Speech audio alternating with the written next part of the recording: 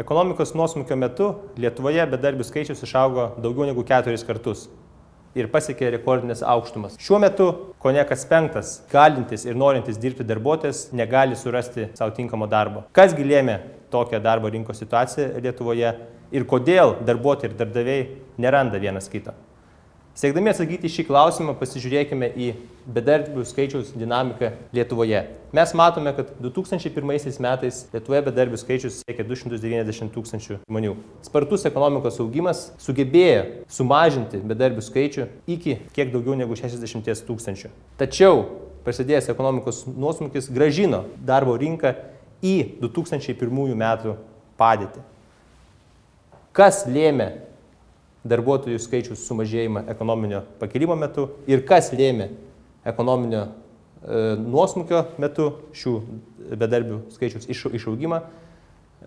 Atsakyti šį klausimą padės atskirų sektorių analizė. Taigi, mes matome, kad ekonomikos pakilimo laikotarpiu būtent paslaugų sektorius labai aktyviai kūrė naujas darbo jėgas. Tiek prekybos sektorius, kuris sukūrė 62 tūkstančius naujų darbo vietų, tiek transporto sektorius, kuris sukūrė 39 tūkstančius darbo vietų, tiek kitų paslaugų sektoriai, kurie sukūrė net 78 tūkstančius darbo vietų. Taip pat aktyviai darbo vietas kūrė statybos sektorius, kuris ekonomikos pakilimo metu sukūrė 85 tūkstančius darbo vietų ir priglaudė nemažą dalį darbo netekusi žemės ūkio, o taip pat pramonės sektoriaus darbuotojų. Pats pramonės sektorius taip pat sukūrė 38 tūkstančius darbo vietų, tačiau šis skaičius, kaip matome, yra gerokai mažesnis negu kitų sektorių sukurtas darbo vietų skaičius.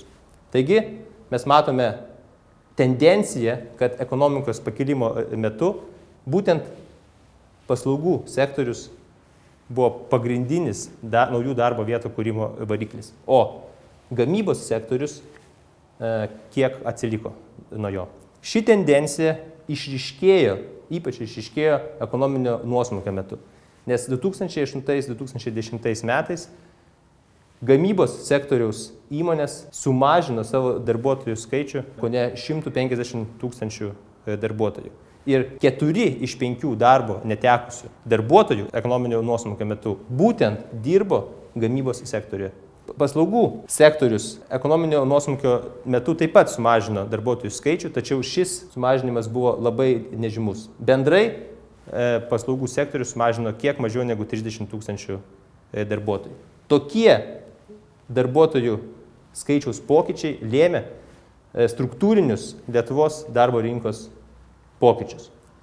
Ir mes matome, kad gamybos sektorius, buvęs didžiausių darbdavių labai ilgą laiką, tolygiai mažino darbuotojų skaičių ir 2008 metais užleido pirmojo darbdavio poziciją paslaugų sektoriui. Tuo tarpu paslaugų sektorius tolygiai didino darbuotojų skaičių ir 2002 metais jau aplenkė viešajame sektoriuje sukūrimų darbuotojų skaičių, o 2008 metais aplenkė tą patį gamybos sektorių.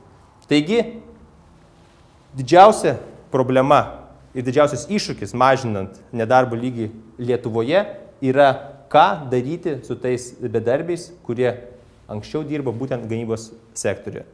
Nes įgyję tam tikrą kvalifikaciją, šie darbo netekę asmenys sunkiai gali ją pakeisti ir pereiti dirbti į paslaugų sektorių. Viešasis sektorius, kovodamas su biudžeto konsolidavimo iššūkiais, taip pat neturi pakankamai resursų kurti naujų darbo vietų. Taigi mes matome, kad nuo 2003 metų viešajame sektoriuje darbuotojų skaičius išliko ganėtinai pastovus. Taigi šiems darbuotojams perspektyvos įsidarbinti priklauso nuo 3 pagrindinių priežasčių. Pirma priežastis tai yra būtent pramonės sektoriaus augimas ir naujų darbo vietų būtent pramonėje kūrimas. Antra išeitis tai yra statybos sektoriaus atsigavimas, tačiau turint omenyje, kad statybos sektorius išgyveno aukso amžių ir šiuo metu yra stagnacijos būklėje, tikėtis, kad artimiausiu metu statybos sektoriui bus sukurta daug darbo vietų, nevertėtų. Trečia galimybė gamybos sektoriaus darbuotojams yra persikvalifikuoti ir pradėti dirbti paslaugų sektoriuje. Tačiau šis persikvalifikavimas reikalauja daug finansinių išteklių ir ne visada būna sėkmingas, kaip rodo kitų šalių priežastis. Taigi šiuo metu Lietuvoje gamybos sektorius darbuotojai dažniausiai renkasi lengviausią išeitį, tai yra emigracija. Taigi, pažvelkime dar šiek tiek, kodėl pramonės sektorius Lietuvoje nesukuria pakankamai darbo vietų ir nesugeba įdarbinti šių darbo praradusių žmonių. Pramonės sektorių galima išskirti į dvi dalis, tai būtent tradicinis pramonės sektorius, kuris susideda iš maisto, lengvosios ir medžio dirbimo pramonės, ir netradicinės arba aukštųjų technologijų pramonės, kuris susideda iš chemijos, plastikų, metalų dirbimo ir aukštos technologijos įrangos gamybos pramonės. Taigi, paanalizavę šiuose sektoriuose sukurtų darbo vietų skaičių, ekonomikos augimo ir nuosmukio laikotarpyje, mes matome, kad tradicinis pramonės sektorius tiek ekonomikos augimo laikotarpį, tiek ekonomikos nuosmukių nekūrė darbo vietų. Tai yra todėl, kad siekdami išlikti konkurencingi tarptautinėje rinkoje, šie sektoriai turėjo arba modernizuoti savo gamybą, pakeisdami dirbančius darbuotojus mašinomis ir robotais, arba iškelti gamybą į pigesnės darbo šalis. Taigi tikėtis didelio darbo vietų kūrimo būtent iš šių sektorių nevertėtų.